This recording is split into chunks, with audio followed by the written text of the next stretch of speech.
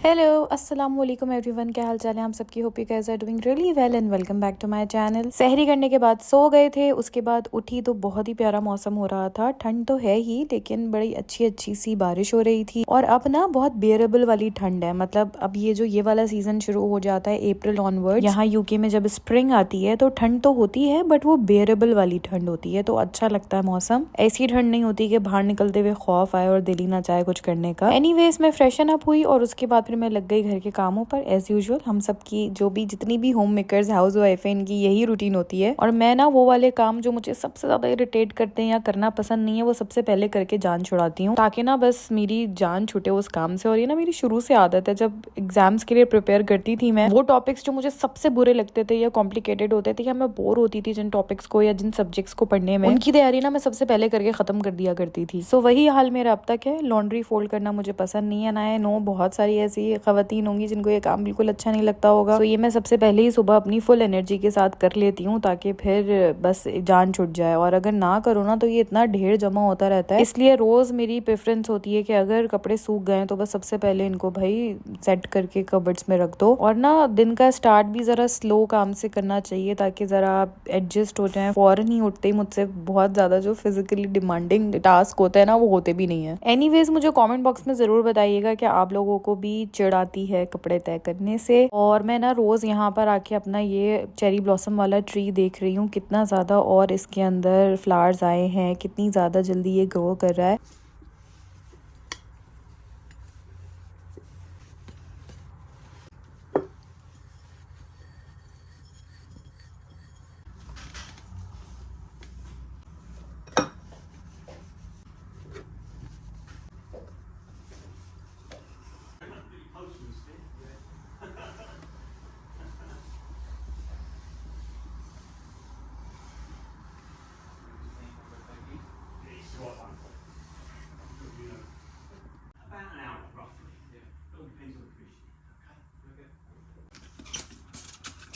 आज मेरा main task था डिटेल डस्टिंग और इतना ज़्यादा डस्ट और गंदगी हर जगह हो रही थी ना। आप लोग अगर पहले से मुझे देख रहे हैं तो पता होगा मैं भी रिसेंटली ट्रैवल करके आई हूँ पाकिस्तान से ऑलमोस्ट 1.5 महीने बाद। और जब से आई हूँ मैंने अभी तक डस्टिंग नहीं की थी। बाकी रोज मैं कोई ना कोई एक टास्क कर रही हूँ। रमजान है और वो भी आखिरी अशरा चल रहा है, इसलिए मैंने घर के कामों को बहुत ज्यादा प्रायोरिटाइज नहीं अभी किया हुआ है। रोज एक टास्क कर लेती हूँ लेकिन डिटेल में करती हूँ ताकि मेरी फिर हफ्ते भर तक के लिए जान छुट जाए। साथ साथ मेरी इबादत और सहरी इफ्तारी की टाइमिंग और रूटीन भी सेट रहे। सो आज मैंने डस्टिंग करनी थी और क्योंकि ये ऑलमोस्ट 1.5 महीने बाद हो रही थी इसलिए काफी ज्यादा डिटेल में हो रही थी और मेरा टाइम लग रहा था। ऑलमोस्ट 1.5 आवर लगा मुझे आज पूरे घर की डिटेल डस्टिंग करने में। लेकिन अब शुक्र है ज्यादा हेक्टिक होगा नहीं मेरे लिए। अब वीकली बेसिस पे मैं यहाँ डस्टिंग कर लिया करूंगी। अच्छा वैसे ना यहाँ पे इतनी खास डस्ट होती नहीं है बट क्योंकि हम लोग बिल्कुल मेन रोड पर रहते हैं तो और लोगों के मुकाबले में थोड़ी ज्यादा डस्ट आती है मेरे घर पे। वैसे तो जिस दिन मैंने वैक्यूम किया था उस दिन बेड के ऊपर आस पास हर जगह सोफा पे हर जगह मैंने वैक्यूम लगाया था, बट क्योंकि अब आज डस्टिंग हो ही रही है तो आदत से मजबूर मैंने हर जगह झाड़ पोछ भी की थी। और विंडोज भी आने के बाद मैं एक दफा क्लीन कर चुकी हूँ क्योंकि यहाँ पे हल्की सी मोल्ड आना शुरू हो जाती है, तो मैंने आते ही अगले दिन ही सबसे पहले खिड़कियां साफ की थी। बट अब क्लीन किए हुए भी 1 हफ्ता हो गया है, इसलिए मैं डस्टिंग के साथ साथ विंडोज को भी अच्छे से साफ कर रही थी ताकि ये फिर और लंबी चल जाए। और इस बार तो ना मुझे अपने प्लांट्स के ऊपर भी हल्की हल्की सी डस्ट फील हो रही थी, तो मैं इनको भी क्लीन कर रही थी। और शुक्र अल्हम्दुलिल्लाह मेरे घर के सारे इंडोर प्लांट्स सरवाइव कर गए। जितना टाइम भी मैं पाकिस्तान में रही ना मुझे इनकी टेंशन होती थी कि पता नहीं ये सही है नहीं है, मैं जाऊं तो ये खराब ना हो गए हो या इन पे कोई फंगस ना हो गया हो या मुरझा ना गए हूँ, बट अल्लाह का शुक्र है। उसके बाद जी मैंने अपनी नमाज रोजा करी, कुरान पढ़ा, फिर मैं आ गई थी किचन में। सबसे पहले बना देंगे फ्रूट चाट ताकि वो थोड़ी सी सारे जूसेस वगैरह उसके अंदर मिक्सअप हो जाए, थोड़ी सी ठंडी हो जाए। आई थिंक ये सबकी प्रेफरेंस होती होगी, जब भी इफ्तार की तैयारी करते होंगे सबसे पहले फ्रूट चाट बना के रख देते होंगे। मुझे कमेंट बॉक्स में बताइएगा कि आप लोग भी सबसे पहले फ्रूट चाट बनाते हैं या ये मेरा ही सिर्फ तरीका है। और मुझे एक और बात याद आई मैंने आप लोगों से करनी थी। आई थिंक मेरे बहुत सारे सब्सक्राइबर्स को मेरी वीडियोस अब रिकमेंडेशन में नहीं आ रही हैं या उनके यूट्यूब पेज के ऊपर शो नहीं हो रही हैं, एंड मे बी उन्होंने बेल आइकन को प्रेस नहीं किया हुआ होगा, इसलिए उन्हें नोटिफिकेशन नहीं जा रही होगी। क्योंकि मुझे ना बहुत सारे डीएम्स आ रहे हैं कि आपके व्लॉग्स क्यों नहीं आ रहे हैं, एंड ऑब्वियसली मेरे व्लॉग्स के व्यूज भी इतने नहीं आ रहे हैं, और इसका रीजन मैं खुद ही हूँ। मैं इतनी इरेगुलर रही हूँ लास्ट फ्यू मंथ्स व्लॉग्स के ऊपर। मैंने बहुत रैंडम और बहुत कम वीडियोस अपलोड करी हैं, इसलिए मे बी यूट्यूब इतना ज्यादा रिकमेंड नहीं कर रहा है मेरी वीडियोस को। सो इसलिए आप लोगों में से जो भी देख रहा है और उसने अभी तक बेल आइकन प्रेस नहीं किया है, so please bell icon press कर दें ताकि आप लोगों को मेरी लेटेस्ट अपलोड की नोटिफिकेशंस जाती रहें। और वीडियो को लाइक जरूर करें, प्लीज प्लीज कमेंट करें इफ पॉसिबल, अगर आप कर सकें तो, ताकि एल्गोरिथम में आए मेरी वीडियो, सो दैट ज्यादा से ज्यादा सब्सक्राइबर्स के पास मेरी वीडियो जा सके। और मैं कोशिश करूंगी कि मैं इंस्टाग्राम पर भी इसका लिंक शेयर कर दूं ताकि आप लोगों में से जिसने नहीं देखा हुआ या जिसके पास रिकमेंडेशन में नहीं आ रही वीडियो, उनको पता चल जाए कि मैं फिर से वीडियोस अपलोड कर रही हूँ। और अगर आप लोगों ने मुझे इंस्टा पे भी फॉलो नहीं किया है तो आप लोग कर सकते हैं। मेरी आईडी है Iqra Khan 21। Thank you so much for always showing love to my content, और हमेशा आप लोग इस तरीके से सपोर्ट करते रहते हैं। इतनी ज्यादा इरेगुलर मैं हूँ, उसके बाद भी आप लोग अपना प्यार मुझे दिखाते रहते हैं, सो जज़ाकल्लाह, this means a lot to me. और यहाँ मेरी फ्रूट चाट भी कंप्लीट हो गई है, बस मैं लास्ट में ग्रेप्स काट रही थी जो कि कट ही नहीं रहे थे इतनी मुश्किल से, पता नहीं क्यों। मेरी नाइफ भी थोड़ी सी खराब हो गई है, मैं या तो इसको तेज कराऊंगी या फिर एक नई नाइफ लूंगी। और ऑरेंज के बगैर तो फ्रूट चाट वैसे भी अच्छी नहीं लगती है। यहाँ पे तो खैर हर वक्त ही ऑरेंज अवेलेबल होते हैं, 12 मंथ्स के 12 मंथ, कोई भी सीजन हो ऑरेंज आपको मिलेगा ही मिलेगा। हाँ, बट पाकिस्तान वाला टेस्ट नहीं होता है। जो चीज मैं मिस करती हूँ फ्रूट चाट के अंदर वो है अमरूद। वैसे मैंने यहाँ देसी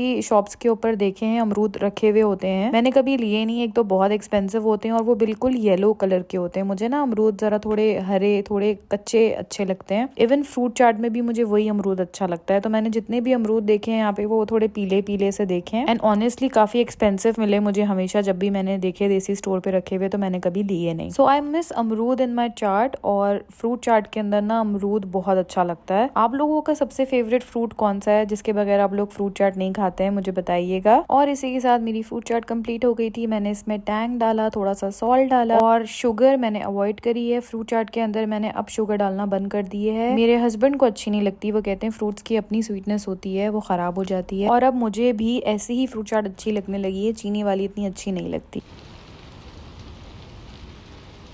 और जैसे जैसे मगरिब का वक्त आ रहा था बारिश तेज होती चली जा रही थी। सुबह से ही बारिश हो रही थी बट इस वक्त बहुत ज्यादा तेज होना शुरू हो गई थी।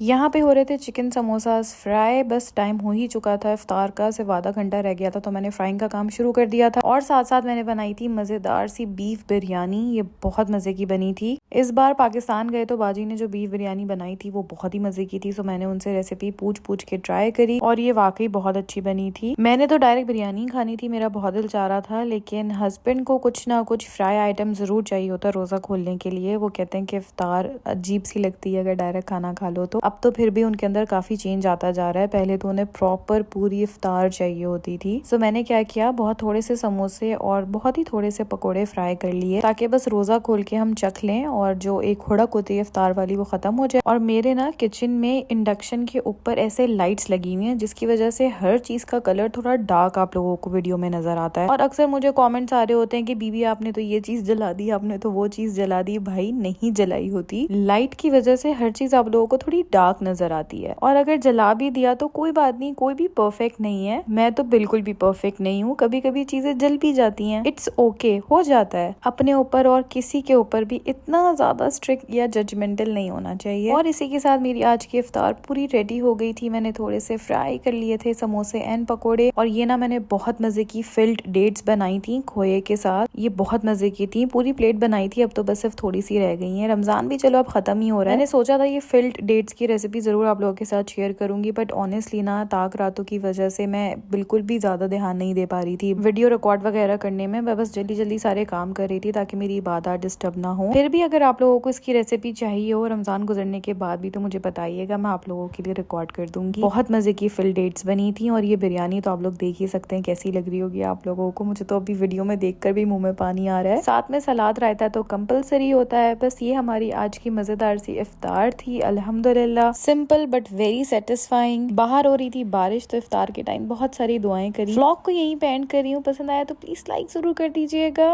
अपना और अपने आसपास वालों का बहुत ज्यादा ख्याल रखिएगा। फिर मिलेंगे। अल्लाह हाफिज।